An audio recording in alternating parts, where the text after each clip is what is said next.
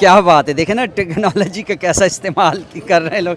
ये ज़हीन कौमों की निशानी है। तो आप मानते हैं कि इंडिया के लोग ज़हीन हैं? बिल्कुल है, क्यों नहीं है, ज़हीन है, लोग तरक्की कर रहे हैं, आईटी में बहुत आगे, हमसे बहुत आगे, क्योंकि वो आईटी के ऊपर मेहनत कर रहे हैं, उनकी गवर्नमेंट सपोर्ट कर रहे हैं, उनके लोग सपोर्ट कर रहे हैं, तो आईटी में वो बहुत आगे। और ये तो बहुत अच्छा तरीका है कि मतलब वो आपको देने नहीं पड़ रहे हैं, उनसे सिर्फ कह दें कि यार आप अपने मोबाइल से मुझे सेंड कर दें।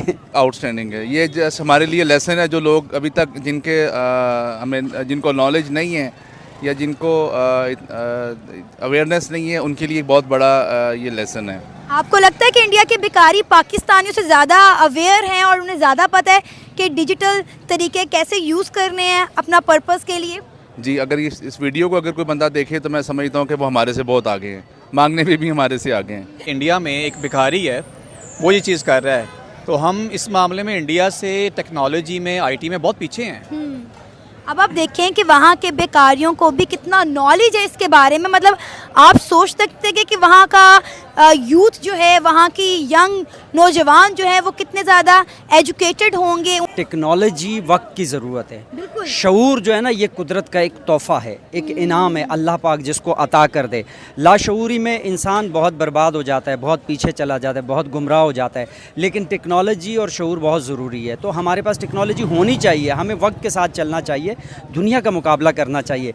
Just because of awareness and the lacking of knowledge, just because, क्योंकि हमें अवेयरनेस, हम जो भी इंस्टीट्यूशंस में जाते हैं, वो इंस्टीट्यूशंस भी जस्ट एक पैकेज होता है, उस पैकेज में हमें ये अवेयरनेस नहीं दी जाती, कुछ और ही अवेयरनेस दी जाती है। 6 मंथ से आई वाज लाइक, मेरे पास जॉब नहीं थी कोई भी, तो मैंने अब जॉब देखी है। मुझे जॉब क्या मिल रही है, एक मेरा पहला प्रीवियस एक्सपीरियंस 5-6 साल का एक्सपीरियंस था, उस पर मुझे अब जो करंटली जॉब मिली है वो 70,000 की मिली है।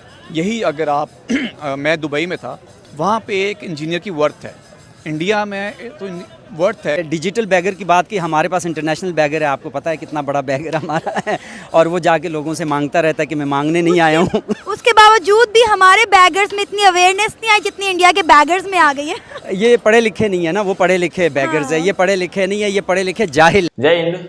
वैसे तो इस वीडियो में भिखारी की बात हो रही है कि इंडिया के भिखारी कैसे डिजिटल हो रहे हैं और वो ऑनलाइन भी अब भीख मांगने लग गए हैं। यानी कि इंडिया हर चीज़ में तरक्की कर रहा है और हर चीज़ में वो आईटी सेक्टर से जुड़ा हुआ है। लेकिन हम जानते हैं कि पाकिस्तान जो है या फिर पाक, वो क्या है, वो एक इंटरनेशनल भिखारी है। वो जहाँ कहीं जाएगा वो ऑनलाइन ऑफलाइन हर जगह से वो भीख मांगता है। चाहे अगर वो किसी देश गया तो दूसरे देश के मिनिस्टर छुपने लगते हैं कि पता नहीं ये कितना भीख मांग ले, ना इनको स्वागत करेगा और ना वेलकम की तो दूर की बात है, क्योंकि पता है ये कहीं जाएंगे तो भीख मांगेंगे। और अब तक ये कितने कंट्री से ले चुका है, इनकी जीडीपी से पता नहीं कितना पैसा तो पर ईयर इनके ब्याज में जाता है जो इन्होंने दूसरे देश से ले रखा है। और ऊपर से इनके यहाँ पढ़े लिखे भिखारी जो कि दूसरे देश में भीख मांगने तो जाते हैं, फिर जब पता चलता है कि ये उस देश के लिए अब खतरा बन चुका है तो इनको उस देश से तो बुरी तरह से निकाल दिया जाता है। और अब हम ये बात करते हैं कि हमारे देश के कुछ बंदे कहेंगे तो इंडिया में भी इतनी गरीबी और भुखमरी है। अब तो भुखमरी या गरीबी इंडिया की जनसंख्या के हिसाब से बहुत कम है, क्योंकि यहाँ की आबादी है 140 करोड़। उसमें से हर कोई तो अपना फ्लैट लेके नहीं रह सकता ना कुछ उसमें भिखारी मिलेंगे ही। दिल्ली मुंबई जैसे शहरों में यहाँ जो फुटपाथ पर मिल जाते हैं बंदे, क्योंकि यहाँ की जनसंख्या क्या है, बहुत ज़्यादा है, लेकिन प्रतिशत में अगर देखें तो यहाँ की भिखारी की प्रतिशत संख्या कम है। वैसे बाकी आपका क्या मानना है इस पर कमेंट करके बताएं। तब तक के लिए जय हिंद।